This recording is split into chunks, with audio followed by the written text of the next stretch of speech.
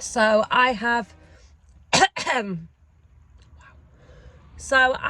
just been to the post office to post off some last minute bits, and I'm just driving back past what we call Bolton Road Ends, which is on the side of the A66, and I've noticed the sheep are all in the front field, but there's one sheep that's in the back field. So I've just turned around really quickly in the middle of a main road, and I'm just going to go and run up and check on it. It looks like it's standing, but I could be wrong.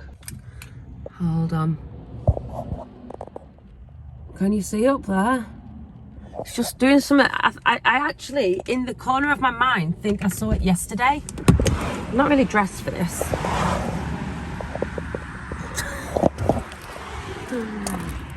Needs must, guys. Needs must. So when you've got sheep, you know, sheep don't hang about on their own. Sheep hang around in clumps, in groups.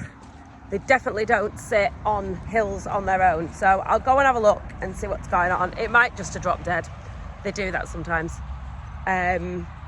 Especially with all that cold weather and then it warming up. It could be like a silent pneumonia type of thing. I couldn't, it stood up. I'm gonna go and chase it. Dressed like this. Obviously. Maybe it's stuck. Maybe it's stuck in the back field. What is it doing? So these are the lambs, our girl lambs that will be tupping next year. These were the worst affected by the scab that we had. Stand still a minute so you can have a look. You all right, girls?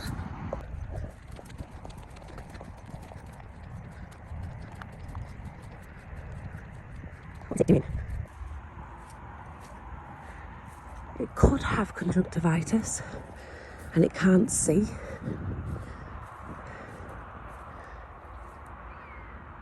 Yeah. So she's got what they call stormy eye, or like a conjunctivitis. They call it silage eye. What else do they call it? There's a name for it and I can't remember. Someone's going to tell me. Tell me in the comments because I can't remember what it is. Anyway, there's this medication that I've got at home. Opticlox, I think it's called. Anyway, you're just giving some drops. I'll leave her in here just so I know where she is and I don't have to look around all the sheep. And I'll chase her properly and get her in that middle pen. And you just put a couple of drops in each eye. It's like a cream. You put it underneath the lid. She should be fine.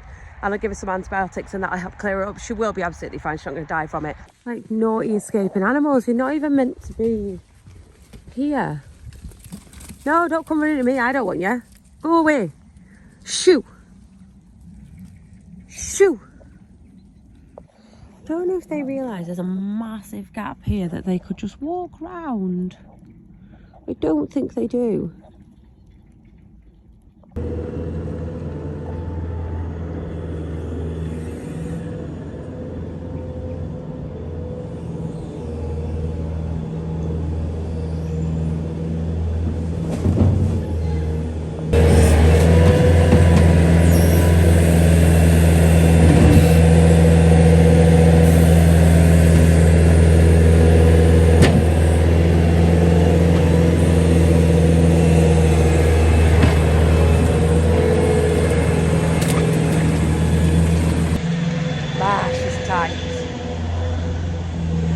Won't be able to do that alone, although, would ya?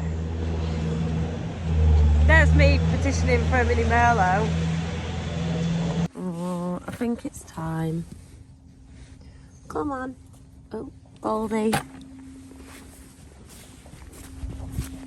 Time to say goodbye. Do, do, do, do, do. Do,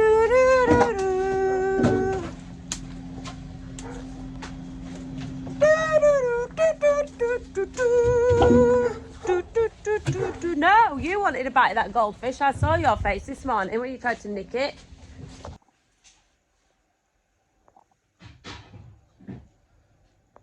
Boy's just swept up my barley. Like literally. No consultation, no nothing. Just big farm decisions like that. They've been taken out of my hands. It's because I'm a woman. That's what it is. Thinks it can ride roughshod over me. Okay, just wait. Just wait. To be fair, my barley was looking slightly peaky. I might actually take you to the field and show you what the barley does look like.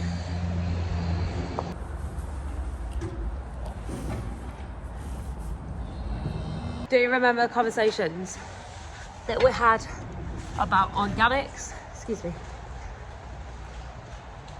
This is the bit that really interests me.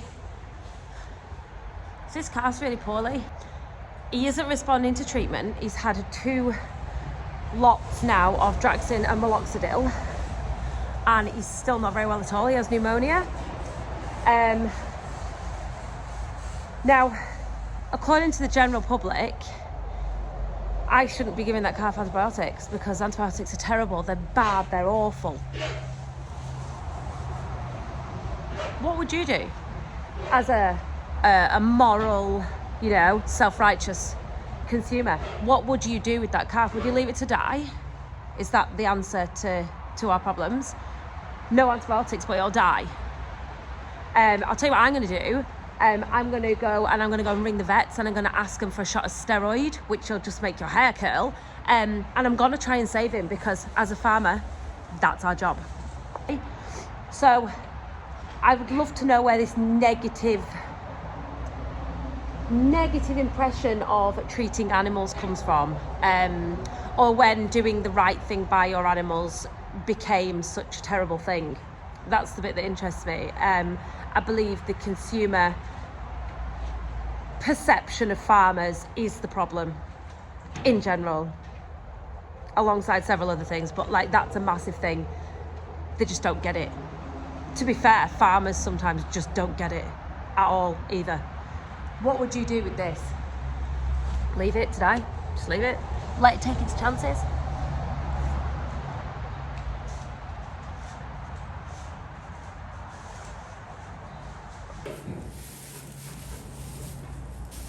Still eating, he's going up to eat, so every cloud. He's got a nice fresh bed.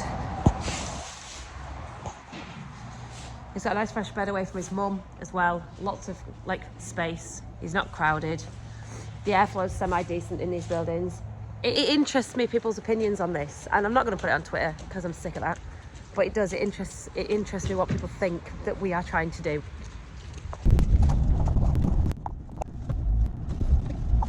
We're back to tend to Mr. Sore Eye Sheep, Mrs. Sore Eye Sheep. Roy won't walk, so he's driving. Lazy.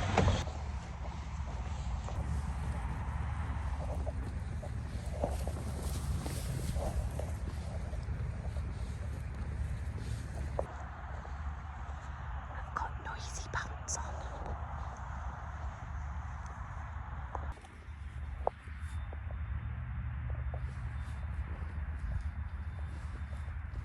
That was drama, wasn't it? Right, let me show everyone your eyes. Stay still. Open your eyes. Nice.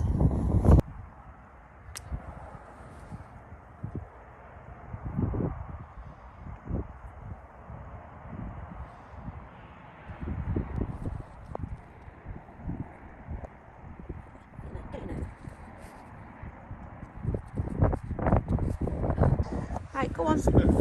Hop, hop. So I've given it a shot of adamycin into its muscle because, believe it or not, that means it's going to come out of its tear ducts. Who knew this? The vet told me yesterday, and I was like, what? So yeah, if you've ever got sheep with stormy eye, conjunctivitis, silage eye, whatever you want to call it, or calves by that matter, in the muscle, adamycin. And this is that Opticlux eye cream I was telling you about. It is dirt cheap, and do not spray blue spray in their eyes, because as I was talking to Gemma yesterday, and she said blue spray's got surgical spirits in it, and although it does work, it's probably the most painful thing in the world. And imagine spraying like surgical spirits in your own eyes, so that's why you're not meant to do it. So there. Take that, old farmer that told me that I should be doing it. So me and Maya are just mucking these calves out. I have decided, get back. I need a farm wife. Hear me out. Get back.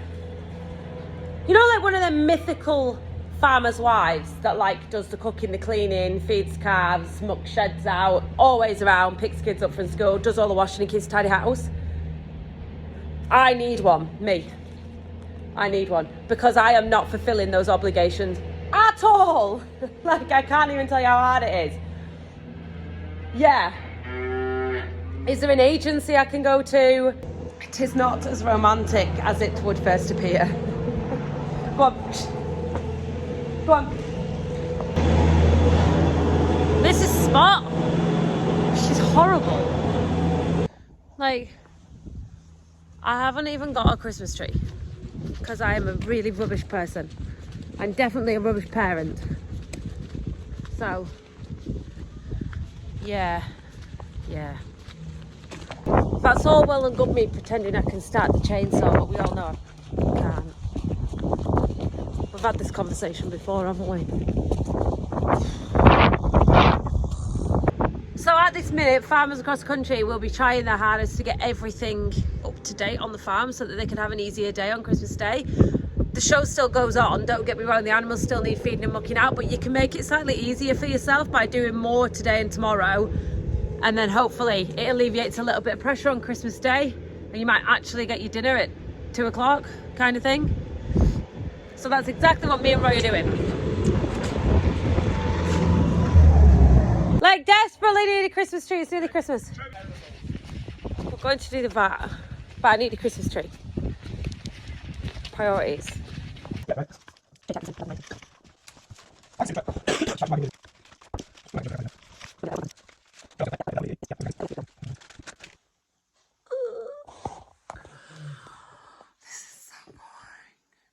Earmarked my Christmas tree that I want, and I'm going to try and make Roy chop it down for me.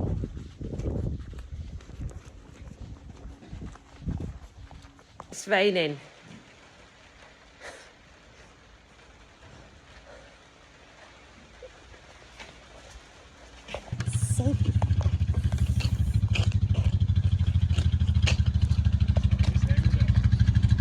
Safety first.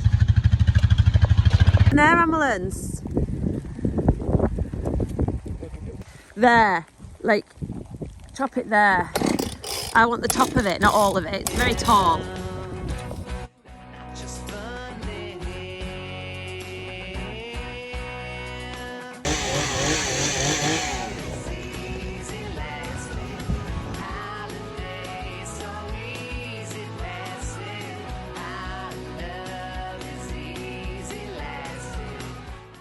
We ran out of fuel.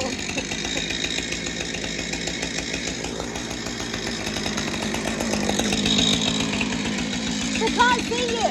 You're disguised. We ran out of fuel, so we had to go to Derby Carfilly, and now we're back. It's dark and wet.